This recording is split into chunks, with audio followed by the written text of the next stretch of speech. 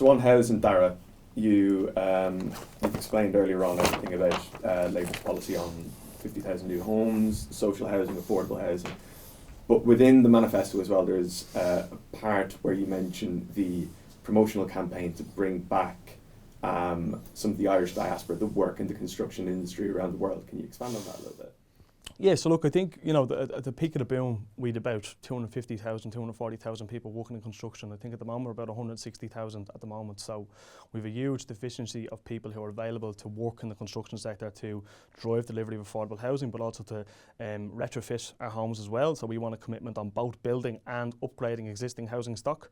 And what we're proposing is that there are people who have left this country in their droves in the last number of years because they can't afford to live in this city, in this country, nationwide, not just Dublin. I represent Dublin, but all over the country people are leaving in their droves. My own sister's down in Australia, for example. She couldn't afford to live here and she packed her bags and went. I'm sure every person knows somebody who's gone to Canada, Australia, wherever they're gone.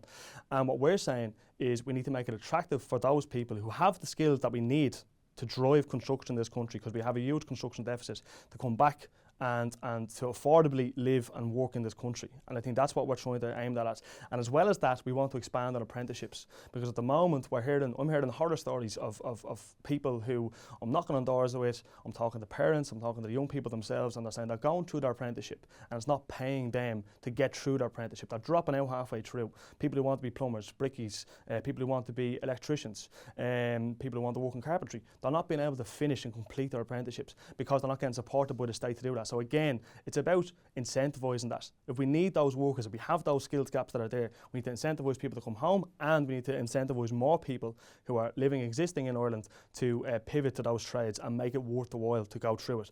And another thing we would look at as well is, immigration is obviously a very hot topic at the moment. There's lots of people who are coming to this country, fleeing persecution, needing safety in this country, but they're not being given the right to work soon enough, in our view.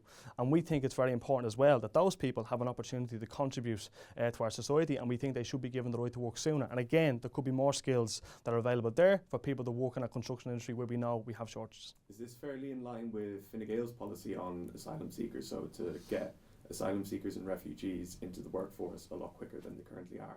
Well, I think, Fine Gael can say that if they want now in the manifesto, but they've actually been in government, whether they remember or not, for the last 14 years.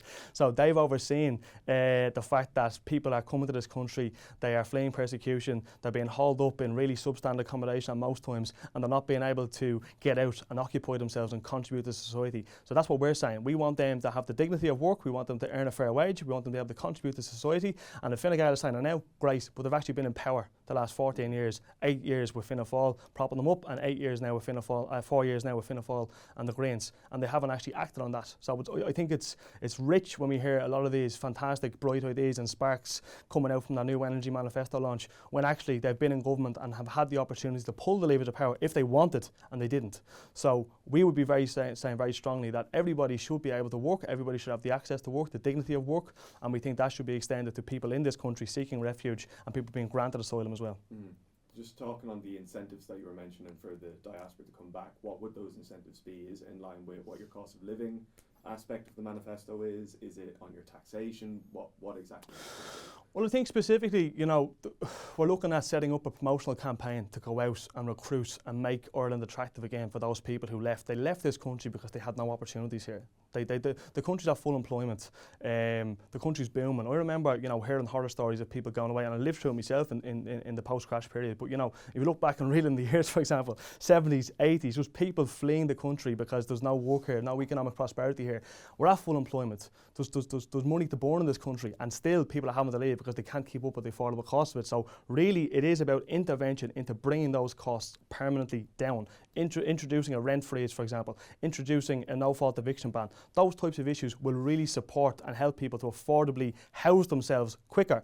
That's why a lot of people are taking the plane or taking the boat, because they can't afford the city. So it's about making that will permanently impact people who are living there now and make it more attractive for people to come home. Within your manifesto, you're proposing 50,000 new homes in the next 5 years. Very, very similar to what Fianna Fáil are proposing, very similar to what Fine Gael are proposing, Sinn Fein, I could go on. What separates Labour's housing policy from all of the other parties, and why is it something that Labour should be taking seriously on, considering every party, even up the left, is sharing a very similar position on it? Well, I think there's a huge credibility gap at the moment in this current government's outlook on housing. You know, they're talking about ratcheting up their targets. We know they have miserly targets at the moment that they're not even meeting. They're failing to meet their existing housing targets. And at the end of that, the sharp end of that, the consequence is record levels of homelessness. 14,800 people in homeless emergency accommodation as we sit here. Back in 2020, homelessness was around 10,000. We've 4,500 more people in homeless emergency accommodation in this election. And instead of that being front and centre of this general election campaign, for some reason it slipped off the agenda. If you look back at the manifestos, for example, Fianna Fáil in 2020, I think they had 33 mentions of the word homeless in their manifesto. This time, 4 times. They mentioned it 4 times in their entire manifesto. That's the party where the Minister for Housing is currently in office. Fine Gael, for example, the exact same. In 2020, they had 31 mentions of homeless. This time it's down to single digits, 9.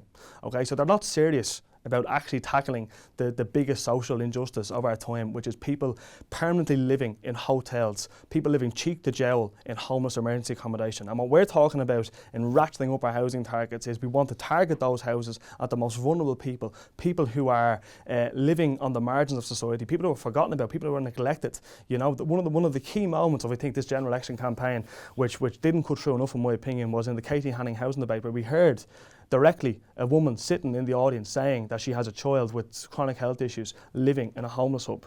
That's the reality of this government. So we're serious about delivering housing, but we're serious about making sure that there's that minimum floor that people are falling below is lifted up, and that people have a right to a home, and people have a decent, secure home over their head. With your party itself isn't fielding enough candidates to be the leading party of government. Best case scenario, you might say, is that you're going to be part of a 2 or 3 party coalition. How optimistic are you that any of the policies that you're putting forward are actually going to be part of a government's manifesto? Look, we're very optimistic. I think we're the only party currently sitting in opposition that's ever served in government. We're serious about going into government. We're serious about trying to, our manifesto sitting here, all 200 pages of it. We're serious about trying to implement as much of this as possible in the next programme for government. But you're right, we're not running enough candidates. We're not going to try and have a majority government in the Labour Party. We realise where we are at the moment, and it is about trying to get as many new candidates back and existing TDs returned. People like myself running for the very first time, a younger city councillor going forward as a first time candidate. It's likewise all over the country. We have new candidates going. We want to try and get as many Labour Party TDs over the line. And then, I think this has been articulated very clearly by our party leader, Ivana Bacik, we want to have a conversation with like-minded parties who share our values.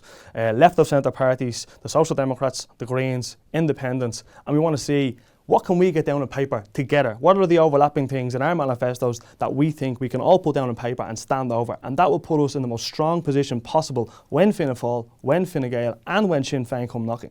I think that's really, really important. If we're serious about trying to implement change, we are in Labour. If those other parties are serious as well, we think that's the vital next step post-election, because we're seeing that you've got the sort of the war of the election now, but what's happening increasingly in the last couple of elections is you've got this intensive programme for government negotiation period, and we think it's really, really important that we don't just simply swap places with the Greens and go in and prop up Fianna Fáil and Fine Gael. That I don't think that will bring about the radical change that this country needs. We think that left of centre bloc is really, really important. So you get the critical mass, you get the numbers, you get more heft within those negotiations. And I think that's what we're trying to focus on. That's what we really want to see happen in Labour. Mm-hmm. So on that, the Labour Party as it exists now is still battling back from going into coalition during the financial crisis. Mm-hmm. Are ye not, is there not an uncertainty in the party of whether it's a good idea to be considering coalition with Fianna Fáil or Fine Gael at this stage, given you were the 3rd largest party in the country, you're historically one of the most recognisable parties in the country, and in the last 10 years you've been reduced to rubble. There's less than 10 TDs at the moment. Yeah.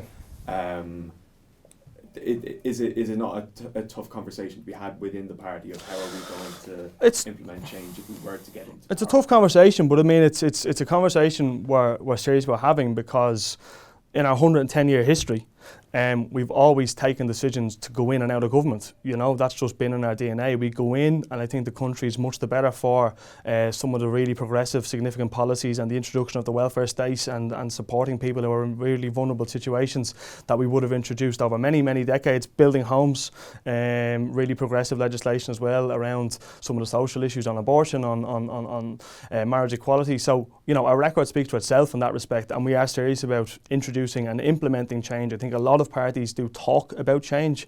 We've done it. You know, we've done it over a 110-year history. So yes, we are rebuilding. Yes, we're trying to get ourselves back on the up.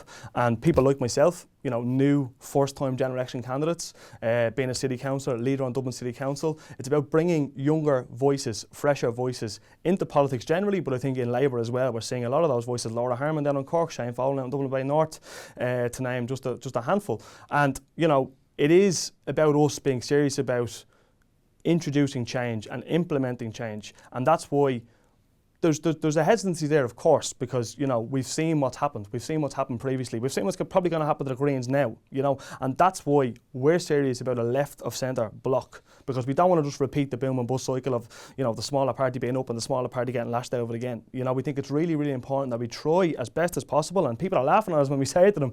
You know, the political correspondents and the pundits say, well, that left of centre block will never actually hang together, you just won't be able to agree on anything. But I think if we're serious about trying to bring about the progressive left of centre change, I think we all want, well, then we do have to hang together. We do have to have those difficult conversations together. We're serious about that. We think the Greens are serious about it, and we hope that some of the other parties are as well.